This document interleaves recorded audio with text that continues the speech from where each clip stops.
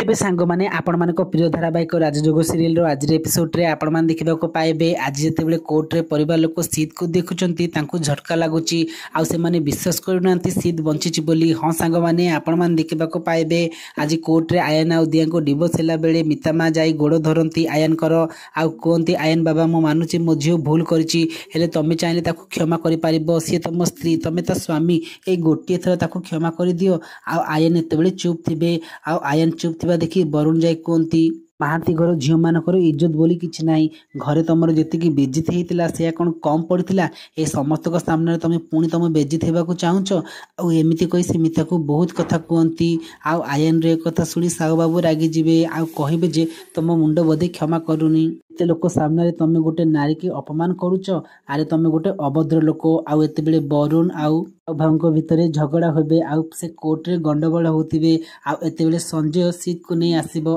Seat को देखला परे ये भावुंट ए सब किसी ठीक हो आयन आ मो डिवोर्स अटकी जीव आते बेले वरुण जाई सुरंजन को माड़ कर दौरान आ सुरंजन तले पड़ जाऊँच आ सुरंजन को समस्त देखिए आश्चर्य हो पड़ती कारण सुरंजन आज पूरा सीट को भरी गेटअप नहीं आसी। फ्रेंड्स आपको कौन लगुच एवं कौन आयन आ दिया डिवोर्स हो।